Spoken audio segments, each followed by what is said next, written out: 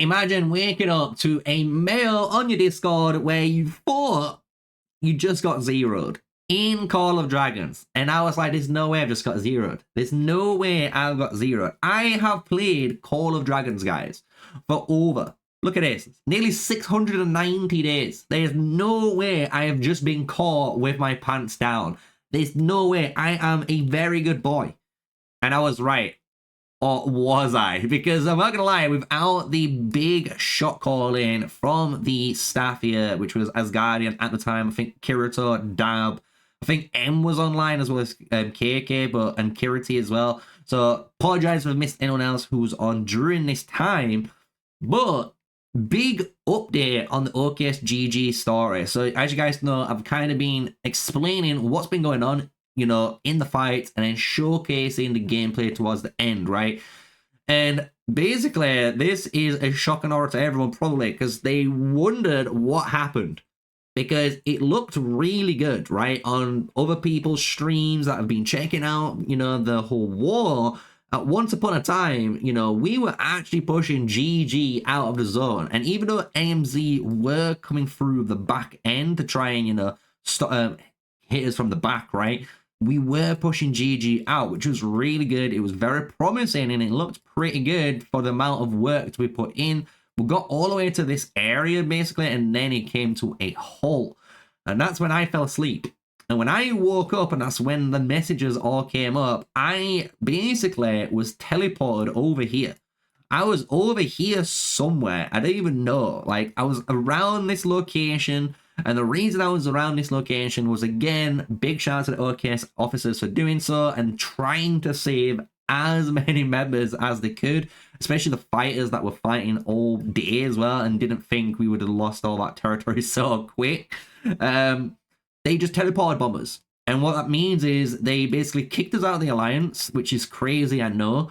But then they turned on your Alliance siege tower. And by doing that, it just bang, bang, bang. And they teleport us out of the danger zone. And the cool thing about it is when you get teleported out with the siege tower mechanic now as well, depending on how it's done, I believe, you will go invisible, which is really good. Meaning if you know, get kicked and then you get teleported bomb away, which I did, I actually got teleported, guys, like I said, really deep. I was around this zone. Yeah, here we are. This is exactly where I was, where this guy got teleported bomb to.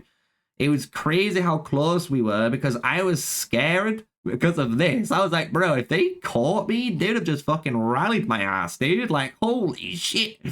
But we were safe, we were safe. So I rejoined back OKS, we teleported over to this zone, and we've kind of been here since. We've been farming, we've been just kind of doing content stuff, as you guys know, and that has been the jam. And you're probably wondering what happened. And that's what I'm kind of wondering. All I know is from when I fell asleep to when I woke up, the GG guys, I believe, jumped into WP. And with WP, you can see they use their flags to basically hit us from this side, as well as go up through this necro. And by doing that, as you can see now, it's a full line. It's just literally cut our territory in half. That's where you can see all of these flags, guys. These were our old flags. Look, all the DK flags are up here. You can see it up on this stage as well. LNV flags, right? So all of our flags were still there. They just literally got the precision knife out, boom, cut us so precise, which was a really nice move by them. I'm gonna be honest, really nice move. So big GG, big W to obviously our enemies, GG and obviously AMZ, for winning this season. Big congratulations for winning the first division, technically, in history on Season of Strife, because we are 1 day ahead of everyone. So it'd be really good to see these guys obviously moving in, getting the dragon, see what they're able to do with that dragon, right? So with that said, guys, what we're going to do is showcase some of the gameplay now. So you know what's going on. I hope you've enjoyed the formatting of these war highlights videos I've been doing on the channel now compared to before. And with that, yeah, let's just go into the gameplay because it's more fun. So here we are, some gameplay, and this is kind of what I wanted to showcase at first. This is what were happening before. We were pushing forward. This looked very promising, even though GG are building some sort of formation here, Look how deep we were. We were so deep, even to the point we were destroying this, man. We're even destroying this, but AMZ were on their way. AMZ was coming, right? So the big fight was on the horizon, and that's kind of what occurs from here. If we go to the next little gameplay video here, it's just us showcasing the fort getting destroyed. So we were successful in destroying this. However, and I think this was a big miscalculation on the opposite sides, I don't know who was in charge, they honestly thought it was going to disconnect all of this territory. They thought all of that territory, all of that big banana to where, you know, where all of our cities were, was going to get disconnected. But you can see as this tiny corner touching, so it didn't do that, right? But it wasn't a problem. As you see, we were going to be pushing forward from this kind of like video here. But now the gameplay, the first kind of major war. This war was kind of crazy, gonna be honest. You can see people getting zeroed off territory straight away. This guy was getting butchered by Bakar and Garwood, and as this guy is getting butchered and Vicky's farm is looking very questionable, is she gonna get rallied? Is she not gonna get rallied? Right? AMZ, boys. AMZ were coming up on our assholes. I'm gonna be honest, they were coming up on our assholes.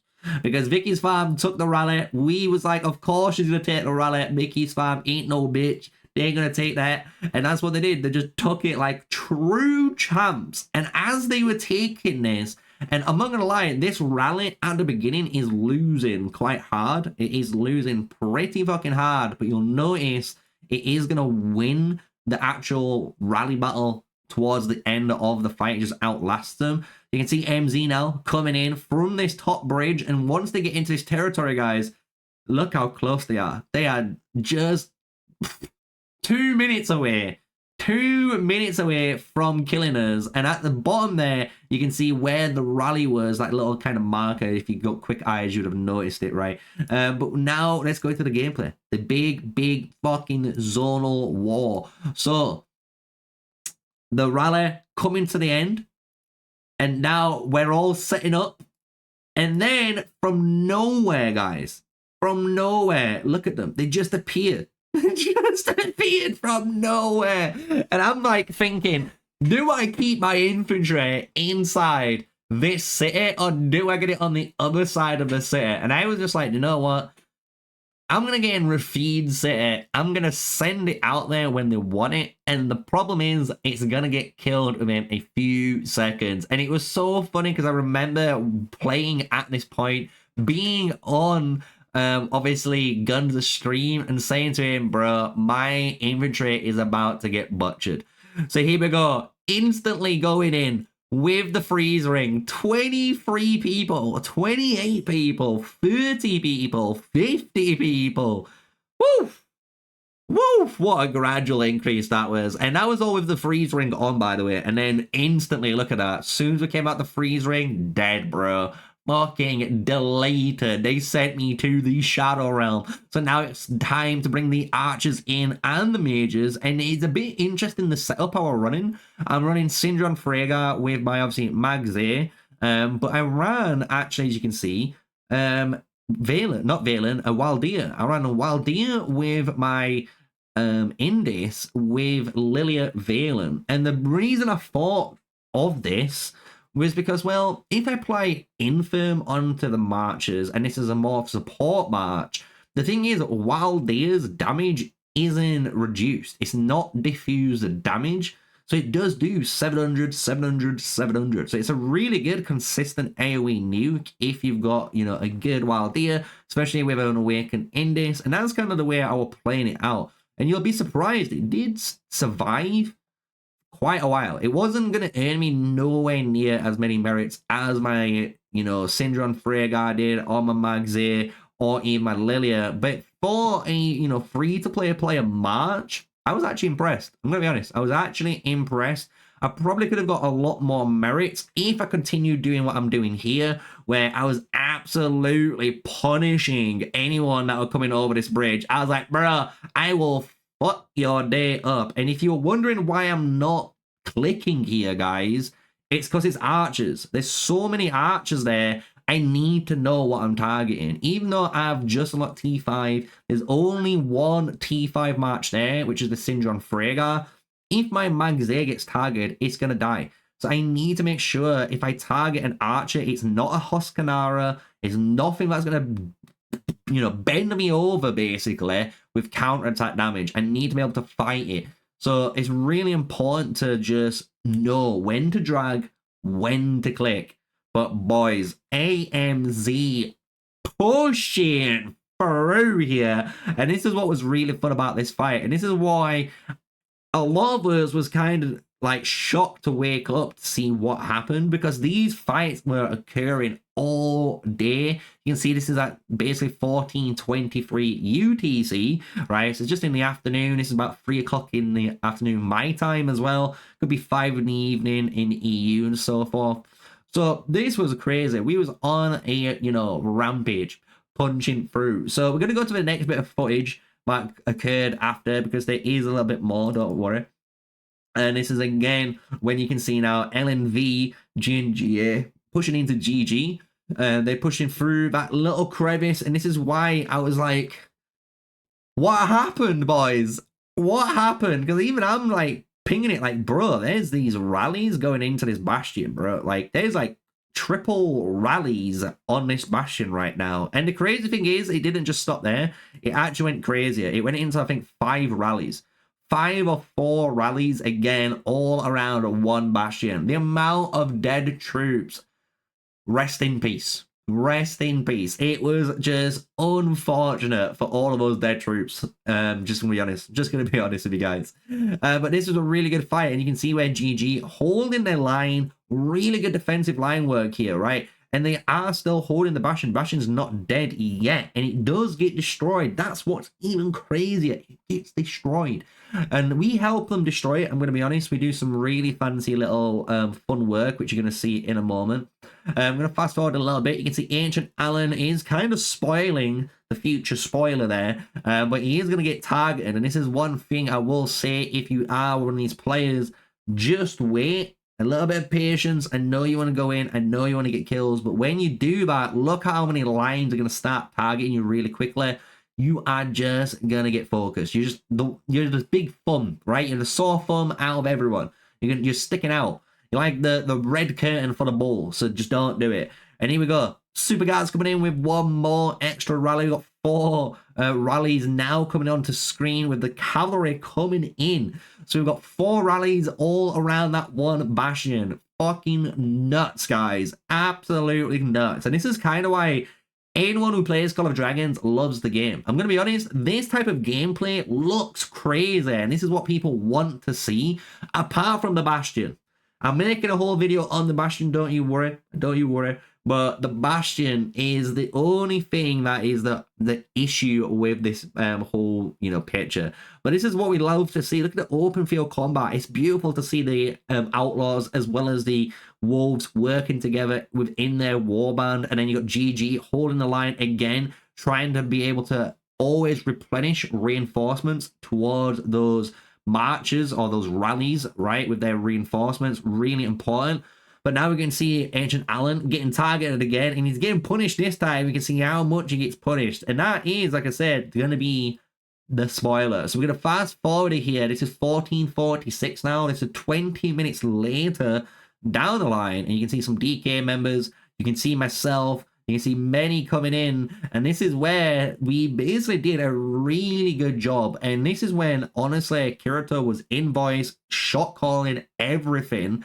And the beautiful thing was, I know he didn't have any of the Outlaws, any of the Wolves in voice chat. So what he was hoping was they would see what was going on and they would react with really good, gameplay, push mechanics, you name it. And they did, man. They absolutely did.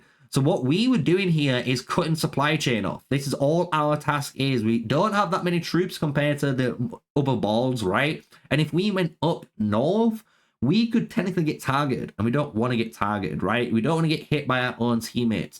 So what we're doing here is killing all the reinforcements, anyone who's going through, any of the, pullbacks to refresh their troops, and we're just not letting them get any more troops there. They have to deal with this murder ball or lose the fight, right? And it makes a really good dilemma for GG. And the thing is, we have all the cards in our favor, because you got to understand, even though we are technically a little bit number disadvantage, we're really far out in enemy territory right here.